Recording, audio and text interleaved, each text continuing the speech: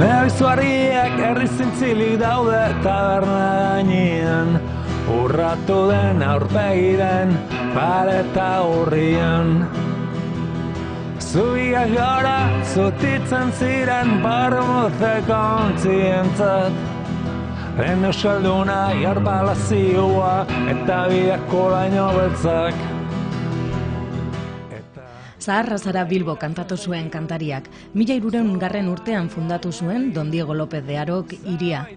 Hiri zaharra, aldi berean gaztea, jendetsua azken urteetan, neoizko argiez gauez, eta egunez, titanioaren dizdiraz. Asko dira hiriaren inguruan esandakoak.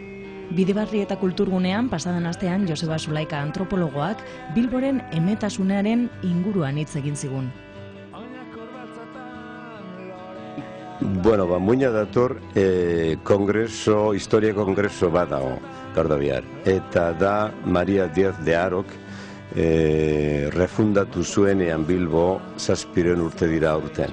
Orduan Maria Díaz de Haro emakumea zelarik, eta Maria Díaz de ondoren bere alaba eta bere iloba eta beste laugarren emakume bat izan ziren lehenengo lau botera izan zutenak Bilbon. Harritzeko bada gaurko egunetik ikusita, Bizkaiko damak eta Bilboko autoridade nagusiak emakumeak izatea 14. gizaldi hasieran. Eta gero mendeetan zehar ez da egon gehiago emakumerik horren dela gutxi arte. Hortik bertatik badago zerbait emakumeak izan duela Bilbo fundazioarekin harreman bereziaz. Artian, erritik altzan, ondo bendakian, beso luzearen jabe, guapa etorri. Denetzeko adibidez, ejemplo polita da Don Diego López de Harok bazuen emazte fantasma bat. Aker oina omen zuena, eta behin gurutzatu zanean bera, igez egin zuan lehiotikan bera alabarekin. Esan ez nere aurrak mundu ontarako zan Anbotoko Mari Zorgina, ezetzatik bizidana. Nik uste hor badago historia fantasmatiko hauetan badaude egia sakonak askotan.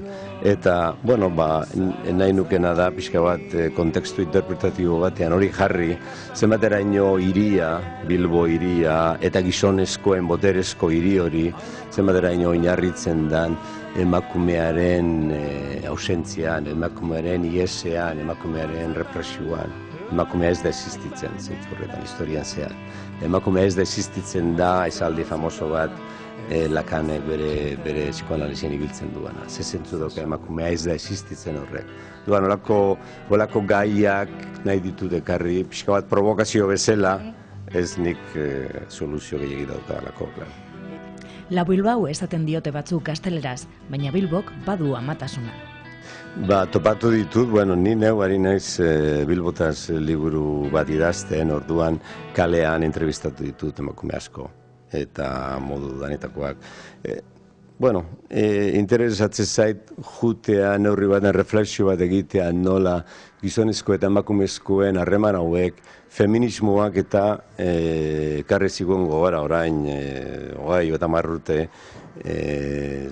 nolako desigualdadea dauden eta baina nire iruditzen zait oraindikan ere harreman hauetan badagoela asko sakondu beharra. Eta nahi nuke aztertu zenbateraino gure konportaera oinarrizkoetan, politikan, borroka armatuan, deportean, arlo guztietan, zenbateraino gizonezkoen modelo maskulinoak nagusi diran, eta horrek eramaten hau aztertzera zenbait espresio artekoak, zenbait gaur eguneko gertakari, prostituzioa dela, edo zenbait forma psikologikoak, gizonezko eta emak aztertzera behartzen hau hemen egondan teoria antropologoek asko bultzatu duguna matriarkadoarena, zenbateraino hori da egia sozial bat, ala dan gizonezkoak sortu dugun emakume idealizatu beste fantasma bat, geure bodereari eutxitzeko neurri batean emakume ideal bat hori suplemento bezala jarrita ez.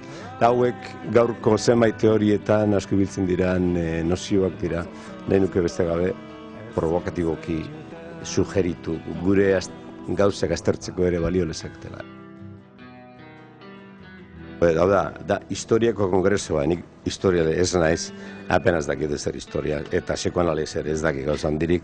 Baina nolabait, nik uste gure realidade politikoak eta gainerekoak asko da nahi daude alako, ez dakit nola esan, alako disparateak, edo alako gehiagikeriak, edo alako surrealak dira. Nik uste gauza batean dagoela hau gizonezko emakumezkoen harreman hauen inpasearen ondorioak zenbateraino izote diran, edo emakume gizonezko da lor bat nondikan sartu diteke bat kultura aztertzera, kultura eta ideologiak eta subjektibidadeak.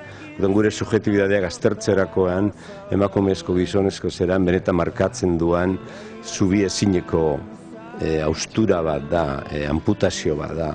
Eta horren inguruan dauden teoria berri haue, Lakanenak, Badiurenak, nik uste ideia interesantea dira hasi behar deguna, pentsatzen, diskutitzen, ikusten zenbateraino gure konportara askotan aplika daitezken ideia hauek. Joseba Zulaikan Nevadako Unibertsitateko irakaslea da. Bertan, euskera zailean lan asko egiten dituzte.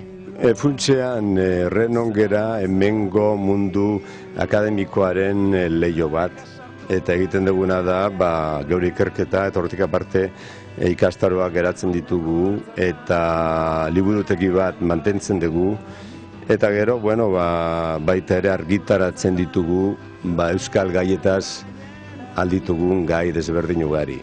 Eta hoietan saiatzen gera euskal pentsamentua, euskal mundu akademikoa zabaldu izan dedinen inglesez, globalizatzen euskal kultura, hori da gure funtzioa, zentro txiki bat gera, eta egiten duguna mugatua, baina hortan saiatzen. Erretik altzan, ondoen dakian beso luzea.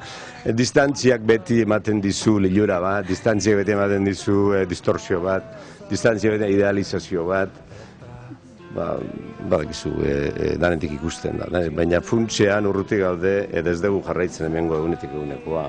Gauza asko ez dira ulertzen, gauza asko distorsionatu egiten dira.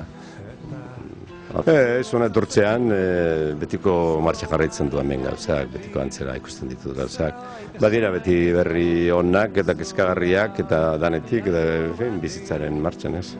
Zarra zara Bilbo, zarra zara Bilbo, abieka sartu da nervioi herri behan, oinak urratzatan loreak baineran, oinak urratzatan loreak baineran, mozortzen hauzuta ezin zaitxutan, zasangoet pa.